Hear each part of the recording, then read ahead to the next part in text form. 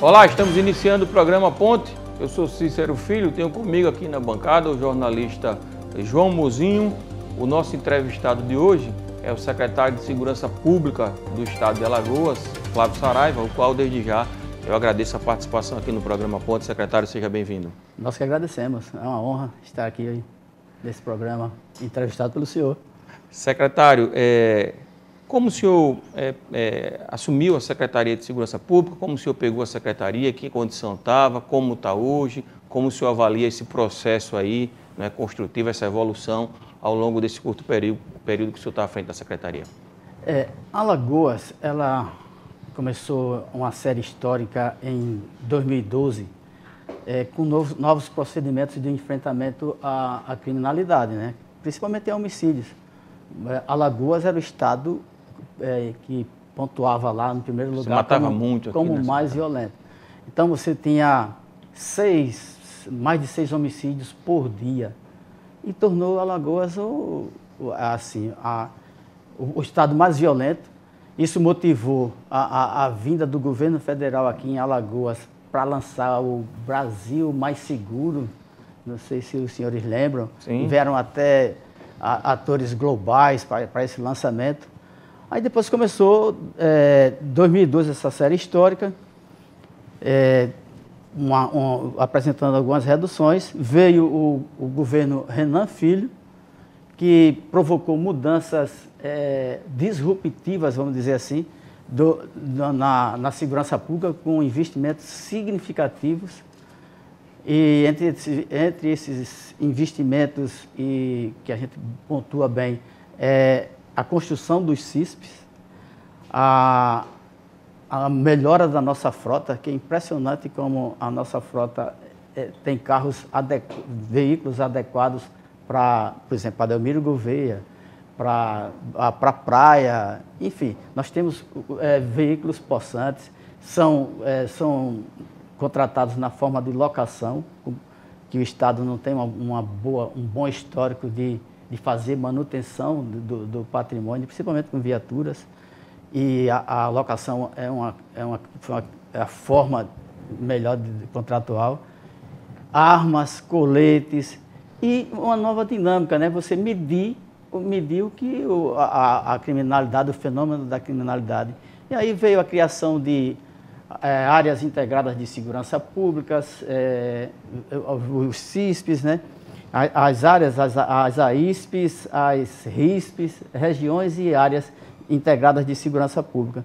E com isso começou a se medir a eficiência ou deficiência da atividade policial.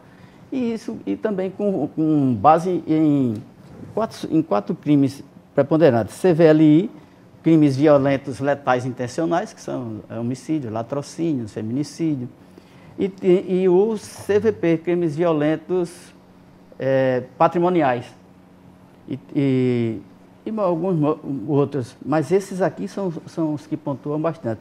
Alagoas tinha assalto a banco com muita frequência, os homicídios, quando a gente fala desse tempo... Era algo estarrecedor. Estarrecedor. Você tinha o Instituto Criminalístico, o IML, para atender a esses eventos. Você imagina, né? Todo dia 6, que era a média. Você tinha dia de mais, de 10, 12. Aí, para você reverter tudo isso, foi um processo, né? Foi um processo de gestão, e que eu digo sempre, viu, Cícero e Mozinho, não há secretário forte sem um governo forte. Então nós tivemos... Segurança demanda estrutura, né, secretário? Demanda estrutura. Investimento, né? Se não houver vontade governamental, não vai, né? E é caro, né? É caro. É caro, mas se você não tem segurança, você não tem nada. Você não tem educação, você não tem saúde. Não tem, né, investimento, né? O investidor fica com receio de vir para um estado que não tem segurança. E Maceió está aí, né? O maior destino turístico do país, e cada dia mais... A redução, secretário, foi bastante considerável, inegavelmente, até porque a gente realmente vivia patamares, né? Quando você calculava ali o número de mortes por cada grupo de 100 mil habitantes, né, que é a forma de contabilizar, né, ali o dado da violência, Era realmente um número exorbitante. Na última década, esse número caiu consideravelmente, né? Ali perto de 50%, é um número extraordinário em termos de queda. Em 2022, houve um pequeno crescimento novamente, né? Em relação a 21, Muito pelo bom menos. você falar isso. A que o senhor atribui esse crescimento, mesmo que pequeno, mas foi um crescimento? O ano de 22 é o primeiro ano de abertura pós-pandemia. Então, nesse ano de 2022, nós tivemos uma média de 3,24 homicídios dia. Essa média é a segunda melhor dessa série histórica. Essa média, qual é a primeira? 21. 21 que teve 3,0 e uma fração. Então, só aumenta quando compara exclusivamente com 21, né? Se comparar com os demais anos... Se comparar com toda essa série histórica, 22 foi o melhor ano de homicídios. Interessante. Né? Então, os analistas falam, tivemos um aumento, mas não se comparam coisas que não são comparáveis. Você não pode comparar um ano fechado com um ano aberto. O ano passado, os senhores lembram que nós tivemos festividades juninas aí com eventos para mais de 90 mil pessoas, 100 mil pessoas. E não era só num local, era em Jaraguá, Tabuleiro, enfim, um grande desafio. E passamos um mês de junho impressionantemente bem. Nós tivemos, Cícero e Mozinho, nós tivemos o mês de agosto, o melhor mês da série histórica desde 2012. Então, você tem 77 homicídios no mês de agosto, um mês de 31 dias. Então, Alagoas não é um estado violento. Alagoas já foi um estado muito violento. Mas a gente vai se conformar com esse número de 3 homicídios por ano, a média? Não. A gente vai melhorar mais. Agora, quando você chega numa estabilidade por exemplo, nós estamos nessa estabilidade de 3, é como sugar de onde já não pode, porque você não pode ter resultados diferentes fazendo a mesma coisa, né? Se a gente faz a mesma coisa, tá enfrentando o tráfico de uma forma, você está ainda com os mesmos procedimentos, se você não evolui, você se contenta com isso, você entra numa zona de conforto, aí você não pode se contentar. E aí vem uma outra etapa, a etapa do enfrentamento com tecnologia e com a investigação do dinheiro do crime. E a gente precisa entrar nessa nova fase. Né? Inteligência, equipamentos de inteligência. Nós iniciamos aí uma conversa com o BID, né, o Banco Interamericano de Desenvolvimento. E o pessoal, na nossa entrevista, o pessoal do BID se impressionou bastante com o que Alagoas tem, com os bancos de dados que nós temos. Nós temos o melhor banco de dados de análise criminal do país. E não somos nós que dizemos. É o Fórum Nacional, Fórum Brasileiro de Segurança Pública, né, que publica anualmente o seu anuário estatístico, e na página 21 está lá dizendo que o Núcleo de Estatística e Análise Criminal da Secretaria de Segurança de Alagoas é o mais creditado do país. Então, você não faz política pública sem dados confiáveis. Verdade. Vamos. Secretário Flávio Saraiva, trazer à baila novamente a questão dos dados históricos. No governo Theo Vilela, nós tivemos pelo menos 3 secretários que vieram de fora, de outros estados da federação. E a gente vê essa redução no nível da criminalidade aqui em Alagoas a partir do momento que o governador Renan Filho institui a política de colocar, vamos dizer assim, os pratas da casa. Qual a relação, qual o paralelo que o senhor traça de ter no comando da Secretaria de Segurança pessoas aqui do estado de Alagoas? Eu documentei isso num artigo que escrevi para a Gazeta, e a Gazeta publicou, que eu dizia que o Estado estava terceirizando a Secretaria de Segurança. Aí você traz um general, um general com toda a expertise dele, um grande profissional, mas não é alagoano, não era alagoano e não era de uma tropa alagoana. Tinha tido até uma experiência aqui como comandante-geral da Polícia Militar, interventor. Depois, Paulo Rubim, delegado da Polícia Federal. Paulo Rubim, que desce do avião e diz que chegou com a bola de cristal e que sabia de tudo. Não sei se você se lembra dessa frase dele. E eu falei isso também no artigo. Depois... Marcílio Barenco, que passou no concurso público. Marcílio Barenco foi delegado-geral, né? que teve uma atuação, mas era concursado aqui, ele tinha assim, vínculos com o Estado. Já tinha um certo vínculo. Então, eu dizia que aquele governo terceirizava a segurança. Ele precisaria retomar. Voltando àquela frase, não há secretário forte com o governador fraco. O governador Antônio Vilela era fraco em termos de segurança? Para a segurança, ele terceirizou. Na segurança, ele terceirizou. Quando ele terceiriza, ele não chama o problema para ele.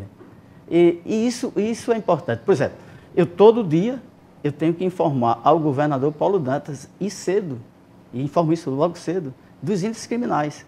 Quando ele observa que há alguma variação, ele retorna e pergunta qual a motivação disso e o que eu vou fazer. Então, esse é um governador que, de fato, acompanha a segurança pública, não terceiriza. E assim, como todo gestor, né? Se você não puxa a responsabilidade para você, outros puxam, né? E não faz da forma que devida. E principalmente, secretário, numa área tão sensível, né?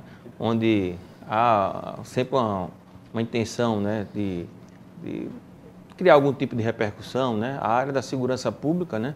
Ela pode causar muitos estragos, né? Né? Que é uma área muito sensível, né? Porque lida com a segurança das pessoas, né? Com vidas. Então, como o senhor fala, se terceiriza, se não se apropria, se não está perto, né? Se deixa na mão, por vezes não é por ser de fora, não é uma questão só territorial. Não. É porque normalmente uma pessoa que vem, Joãozinho, eu acho que é isso que você traz, que não é aqui do Estado, existem as nuances, existem, né, as particularidades, que quem é da terra, quem trabalha aqui, quem lida aqui com isso, conhece mais a característica do crime, né, onde estão, né, enfim, eu acho que é isso, né, secretário? É isso. Por exemplo, eu chego hoje a secretário de Segurança, estou hoje secretário de Segurança, mas por onde eu andei nesse estado? Todas as delegacias regionais, fui delegado de especializadas, fui o fundador do Tigre, fui o primeiro delegado de carga. Então, a gente tem uma experiência de vida na segurança pública. Que ajuda muito. Ajuda muito. A gente vai acumulando conhecimento. E quando a gente acumula, né, a gente faz uma boa intuição, né? Diz que só tem intuição quem tem conhecimento, né? Secretário, em relação aos crimes que o senhor apresentou nesta semana do registro, né? Quais são os crimes mais comuns aqui no estado de Alagoas? E emendando a pergunta, como tentar combatê-los? O grande desafio é o combate a homicídios. Você pode ser o melhor investigador, ter índices, mas se você não controla homicídios, você não controla nada. Agora, o que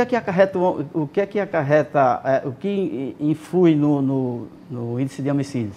Por exemplo, nós temos aí uma população que se agiganta a cada dia, que são os moradores de rua, viciados em drogas, que já não tem mais nenhuma possibilidade de inserção social, e a gente fica vendo esses, eu até digo como uns zumbis, né? E eles se aglomeram em algumas praças, se dirigem para onde tem a possibilidade de ganhar dinheiro. Inicialmente, eles vão tomando conta de veículos, né? Como se fossem flanelinhas, mas às vezes não são compreendidos até pela aproximação dessas pessoas com o usuário, né? As pessoas se sentem amedrontadas por eles. E daí, quando eles não conseguem, que a compulsão pelo crack é muito grande, vai fazer crimes contra o patrimônio. Aí você vê um empresário que, com tanto cuidado, concebe uma fachada do seu negócio muito bonita, apresentando seus produtos, e uma pessoa dessa vem com uma pedra, com um pau, um ferro, quebrando uma vidraça e invadindo. E isso é um problema da segurança pública? Mas é só da segurança pública? Não. São Paulo vive isso, né, com a Cracolândia. Governos e governos passam em São Paulo. Problema que parece sem fim, né? Parece que sem fim. E eu tive a curiosidade de conhecer a Cracolândia. E lá, prefeitura e governo não se falavam, aí a prefeitura tinha uma metodologia, o governo tinha outra. Se chocava, nada dava certo. Essa convergência nunca aconteceu e a Cracolândia prosperando, né? Foi combatida. A Cracolândia hoje se forma do dia. Hoje vamos tal rua e ele se concentra como se tivesse uma liderança. E a inteligência tem que observar isso, né? O porquê, quem é que lidera? Certamente traficantes, né? Que vê naquela população um filão econômico. E falando de crimes, que o João questionou, secretário, a questão do feminicídio. Houve também um aumento, né? Houve assim... A que o senhor atribui? A proximidade, né? E nós temos que educar no sentido de informar a mulher do seu direito. O percentual de mulheres vitimadas que fizeram BO, apenas 9%. Um índice muito baixo. Muito baixo. E o que é que a gente está fazendo? Isso torna difícil o trabalho, né, de combate, uma vez que não há denúncia. Né? Porque a polícia ela é acionada por um BO, por uma representação, uma ida à secretaria, uma representação criminal e uma denúncia.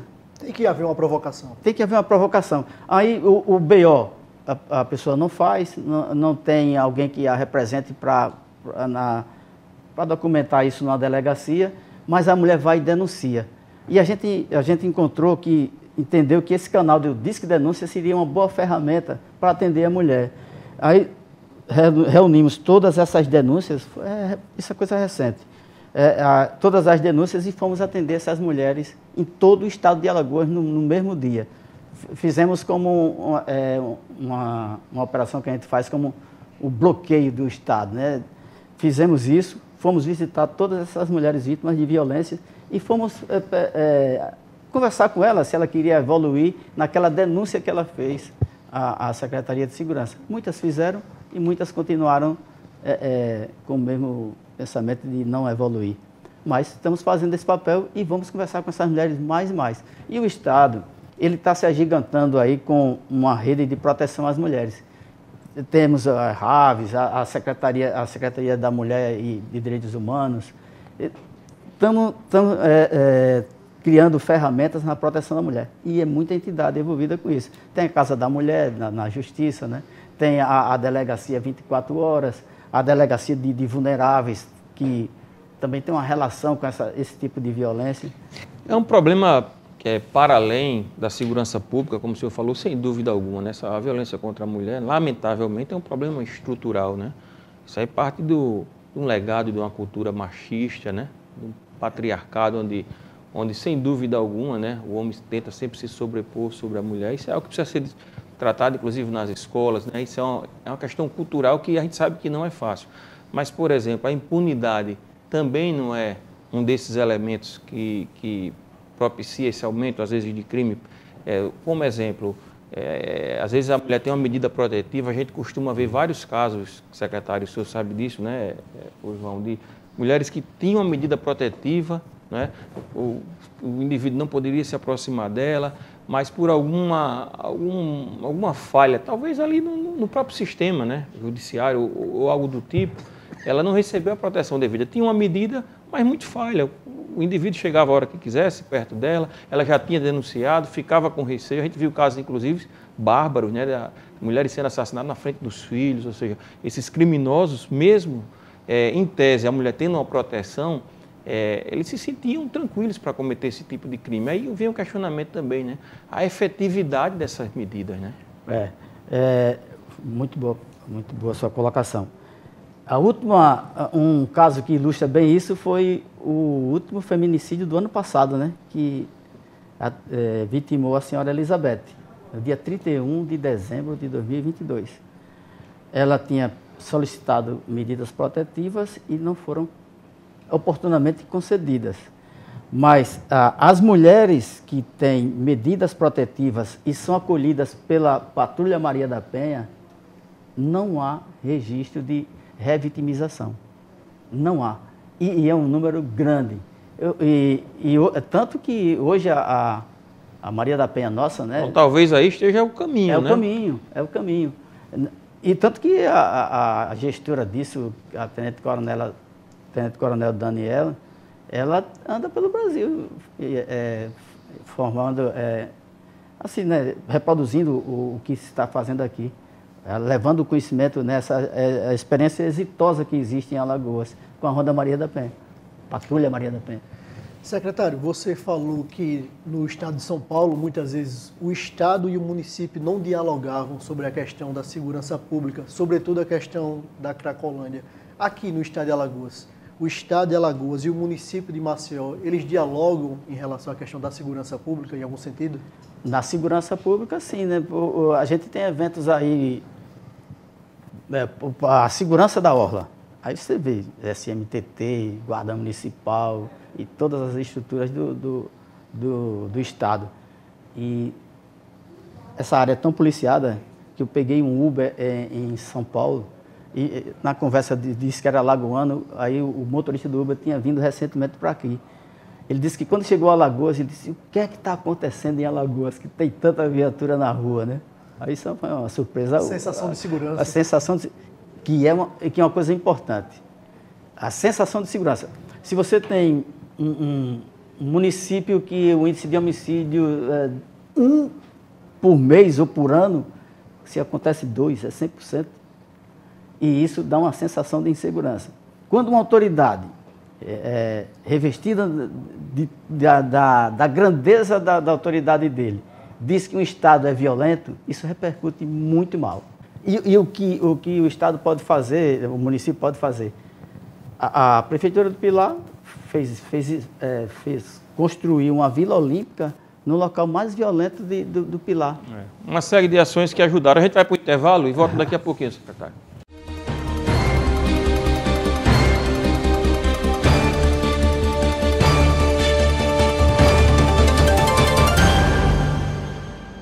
Somos mais de 3 milhões de alagoanos pensando e construindo opiniões com base nas informações que não param de chegar.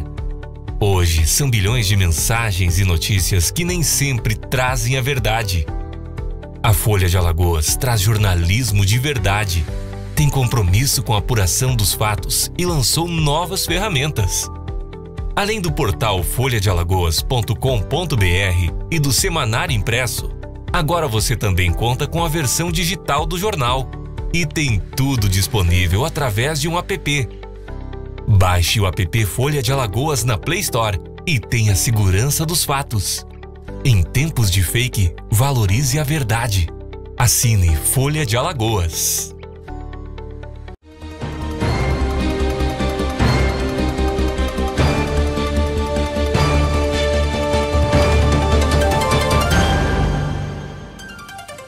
Estamos de volta com o programa Ponte. Eu sou Cícero Filho, tenho comigo aqui na bancada o jornalista João Muzinho. O nosso entrevistado do dia é o secretário de Segurança Pública do Estado de Alagoas, delegado Flávio Saraiva, qual a gente agradece mais uma vez a sua participação aqui. Eu que agradeço a oportunidade. João Muzinho. Secretário, a gente fala de segurança pública, mas às vezes algumas simples ações, elas se tornam um local seguro. Às vezes a gente não precisa de grandes equipamentos, grandes viaturas, armas com muitas munições, mas uma simples lâmpada, por exemplo, iluminando uma praça pública. Segurança é um conjunto. Como é que você vê esse fator? Fundamental. Segurança pública não é só um problema de polícia. Não é só aparato repressivo. Não é só aparato repressivo. E eu acho que o repressivo é até a menor importância. Como você saber que uma lâmpada uma rua está escura, né? Em Marechal Deodoro, um traficante, ele dizia, não permito que ilumine a rua. Ele ia lá e... Isso tem que ser conhecimento da polícia. Mas como a gente entender isso? Como essa informação chegar até a segurança pública? Integrar banco de dados. E isso, uma informação é fácil de você entender, que observar que uma rua está escura, até porque hoje tem processos aí digitalizados de iluminação, né? A mulher vítima de violência que chega numa UPA 3, 4 vezes por mês dizendo que caiu, que bateu com a cabeça não sei onde. Essa mulher, isso, num banco de dados, lança um alerta para dizer, essa mulher tá fora da curva, isso, né? E isso é um indicativo de violência doméstica. Então vamos abordar essa mulher. E a gente, com isso, preveniria um feminicídio. E E por falar em feminicídio, que a gente não fechou, nós temos 100% de elucidação de feminicídios. E temos uma grande resolução de prisão, né? Porque é até, de certa forma, fácil de identificar a autoria, né? De um feminicídio. Então, nós tínhamos até antes de ontem 6 prisões que ainda não foram feitas, né? 6 homicidas, né, feminicidas que não estão presos. Antes de ontem prendemos o que matou a Elizabeth no dia 31 de janeiro, no 31 de dezembro do ano passado. Fizemos a prisão dele. Então restam 5 e vamos pegá-los. Hoje é a nossa meta. Vamos prender todos. Então, no feminicídio não é questão da impunidade, porque eles são punidos. E quanto mais a mulher estiver informada sobre isso, sobre o direito dela, que tem uma outra ferramenta interessante que é o violenciômetro, né? Que quando a mulher ela começa a ser, você é gorda, você é feia, você não sei o que, daqui a pouco. Isso tem uma escala. Se essa escala fosse reproduzida para as pessoas, que fosse como uma campanha do cigarro, né? Que a gente não fuma hoje por uma campanha lá atrás. Então, essa mulher ser informada disso, desses sinais de que ela vai ser vítima da violência, ela começa com esse tipo de agressão verbal. É muito importante esse conhecimento. E se isso for difundido, é muito importante. E sobre isso, né, do que essas informações chegar à polícia e a polícia resolver, integração do banco de dados. E nessa conversa com o BID, nós temos os bancos de dados da segurança pública, a gente tem que integrar os bancos de dados da saúde pública e outros bancos de dados que tenham importância na Seria, secretário, o aprimoramento da inteligência da polícia como um todo? Fundamental, fundamental. Muita gente entende ou entendia que inteligência é apenas monitorar telefone. Isso... Grampos. Já não... Ninguém, um bandido desorientado razoavelmente não vai estar falando por telefone. Então tem muitas ferramentas de inteligência. As redes sociais é uma importante fonte de conhecimento de inteligência. O governador, né, provou a questão do TCO, né, pela Polícia Militar. Qual o seu posicionamento em relação a isso, secretário? Certa vez, eu fui mal compreendido pela minha classe, né, quando eu me posicionava em favor do TCO ser lavrado pela Polícia Militar, eu pensando como cidadão, né? O Estado tem 2 polícias, com pessoas profissionais capazes de fazer isso, e aquela ocorrência chegando para uma ou para outra, que fizesse. Isso foi uma discussão do país todo, e o STF já resolveu, autorizando a Polícia Militar a elaborar o TCO. Isso economiza tempo, dinheiro para dar segurança pública, porque hoje você vai com um tablet, você faz a ocorrência, aciona um banco de dados da Justiça e a pessoa que praticou aquele crime de menor potencial ofensivo, ele já sai com uma guia informando o dia da audiência e a hora. Então, isso é importante, né? A gente tem que evoluir. Também enxergo assim, eu acho que é muito bom para a sociedade, né? Até porque naquelas situações específicas, né, de crime de menor potencial ofensivo, onde você ali já pode objetivar, né, as ações, você ali pode, de forma prática, né, e rápida, conseguir solucionar, né, do que ter que levar uma delegacia de polícia e fazer todo o procedimento, né? Mas imagine no sertão, no final de semana em que é a delegacia de plantão. Aí você está em Delmiro Gouveia e o plantão hoje é em Batalha. Aí uma guarnição sai de Delmiro Gouveia para fazer um TCO em Batalha. Faz sentido, né? Não há nenhuma razoabilidade nisso. De um crime de menor potencial ofensivo. E a gente já vai melhorar isso, viu, Cícero e Mozinho. Nós vamos implantar o plantão virtual. Uma grande estrutura com equipamentos de videoconferência, né? Para que o policial, o militar civil apresente o preso em qualquer instituição policial, com equipamento de videoconferência, e os delegados nesse plantão virtual fazer os procedimentos. Hoje nem vai ser mais por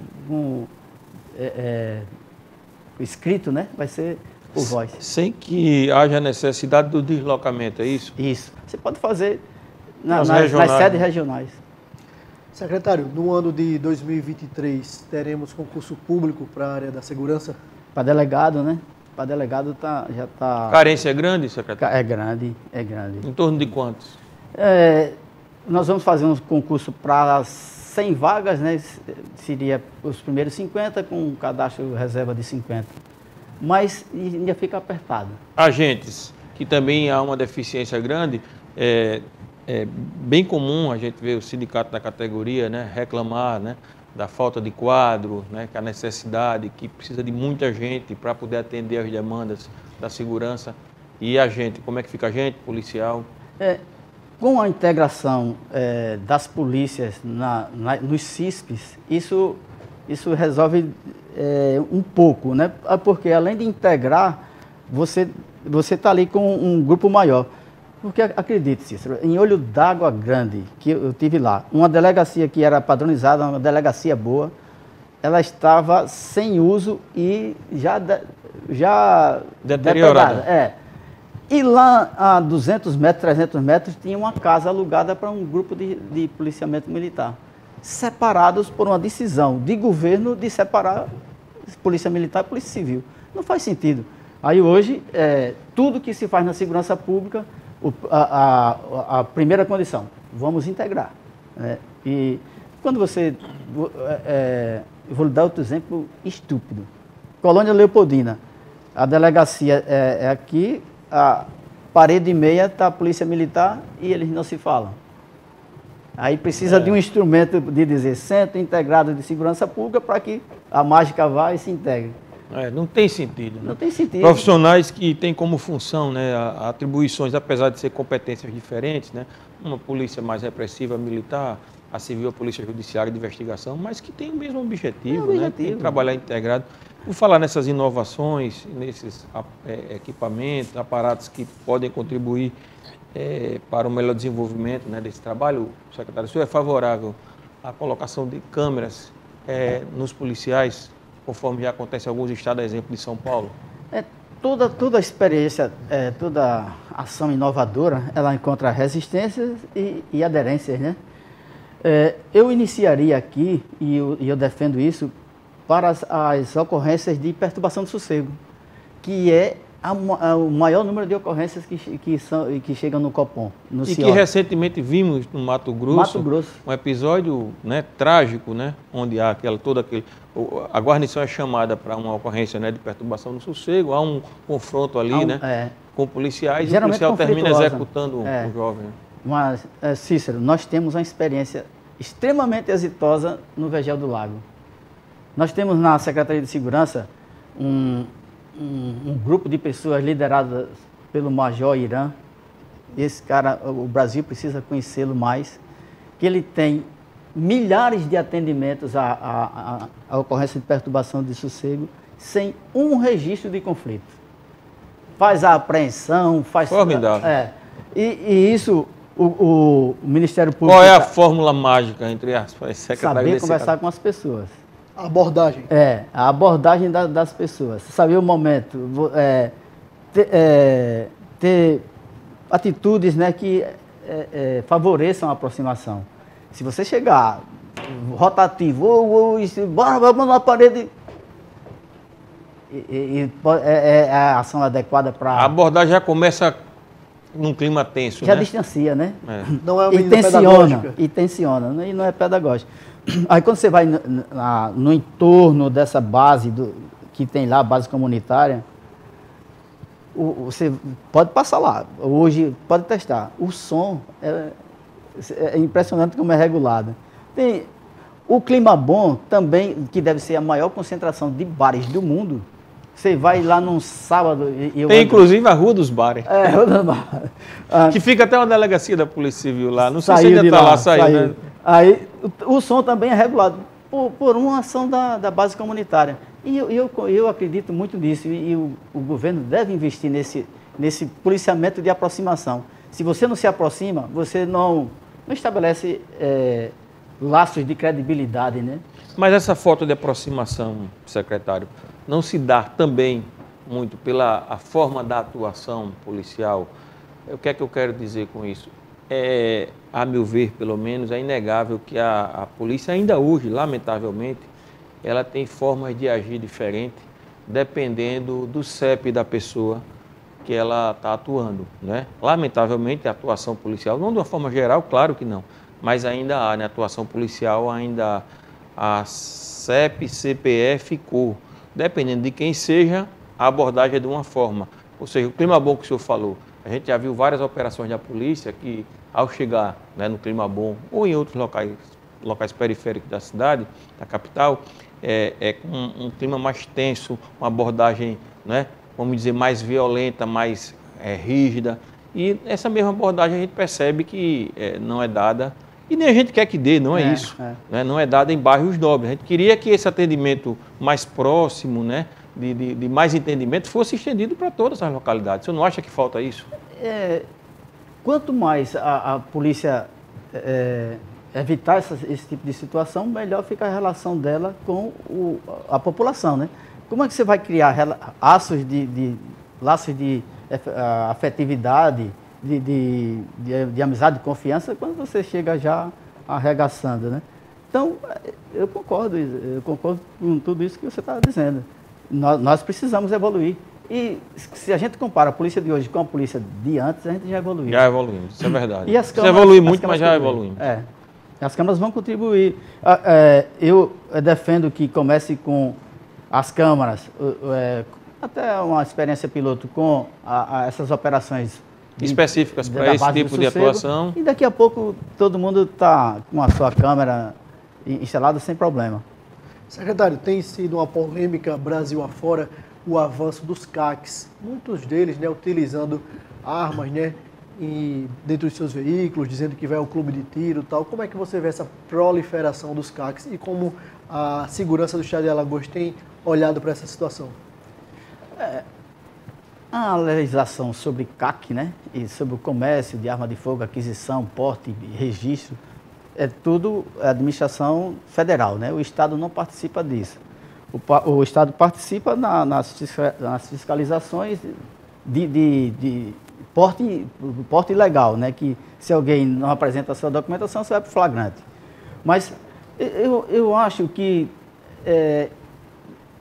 assim, o Brasil vivia aquela coisa de ninguém ter arma e depois todo mundo armado. O libera geral. Então, a tese de hoje, que vem a antítese seguinte, precisa de uma mediação. O senhor é favorável a essa liberação, vamos dizer assim, mais geral?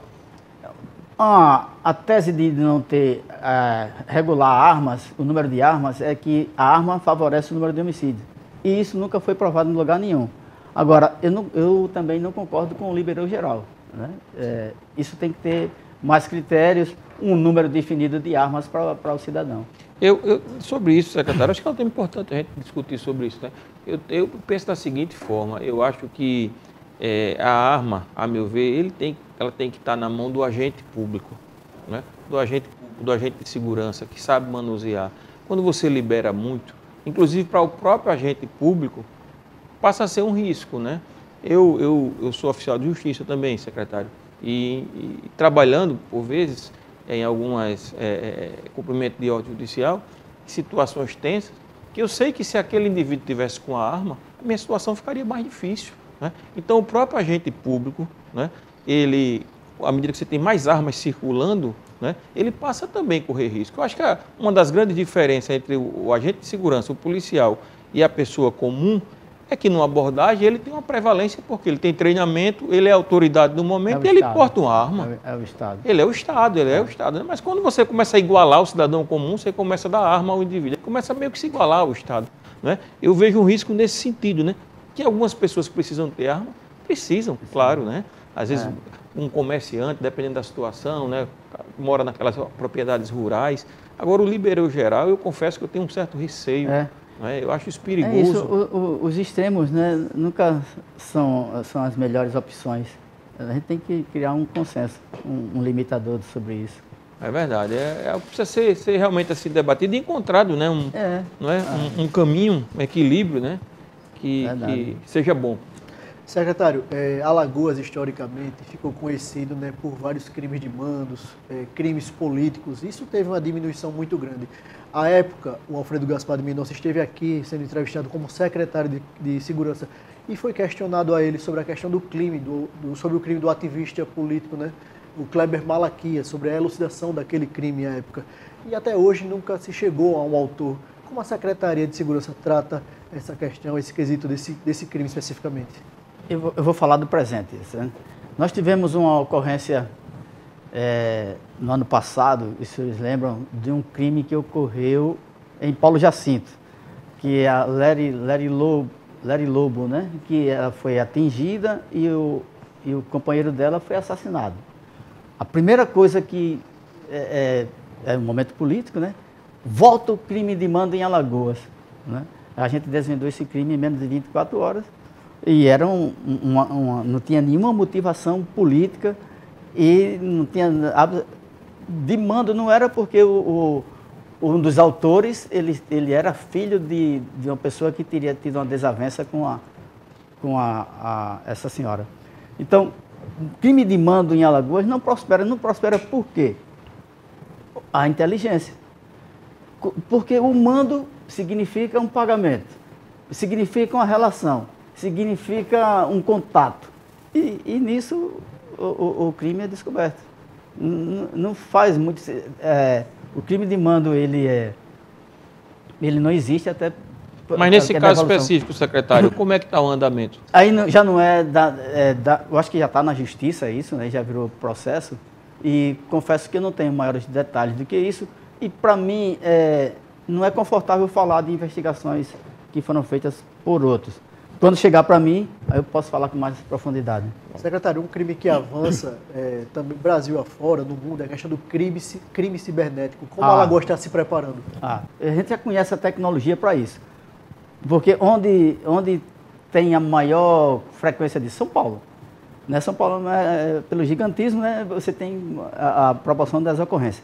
O sequestro do Pix, o crime cibernético, o crime cibernético, às vezes você define pelo meio, né? Mas é um estelionato por meio cibernético, né? Isso tem vitimado muita gente, é um custo muito grande para as instituições financeiras e estão se evoluindo na prevenção das instituições. Mas as pessoas precisam se educar para isso. É verdade. As pessoas sabem que isso não está certo, mas vai pela... Às vezes é até difícil de acreditar, né, secretário? Como as pessoas caem em certos golpes. Parece como se fosse uma compulsão. Não, isso foi mentira para outro, mas é verdade para mim. É verdade, é verdade. Comportamento. Estamos chegando ao final do nosso programa, lamentavelmente o tempo é curto, no instante passa, principalmente quando a entrevista é boa. Obrigado. Secretário, então a gente agradece mais uma vez a sua participação como uma pessoa pública, uma pessoa de destaque, poder estar falando para a sociedade aqui na Band Nordeste, né, das ações da segurança pública do governo do Estado, é sempre importante. Muito obrigado mais uma vez. Nós agradecemos a oportunidade, porque é a oportunidade de a gente apresentar esses números, né?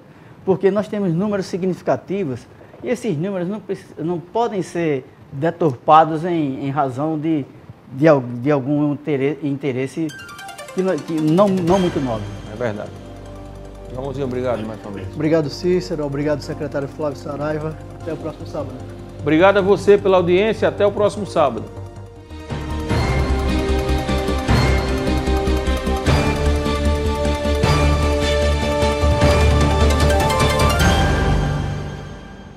Somos mais de 3 milhões de alagoanos pensando e construindo opiniões com base nas informações que não param de chegar. Hoje são bilhões de mensagens e notícias que nem sempre trazem a verdade.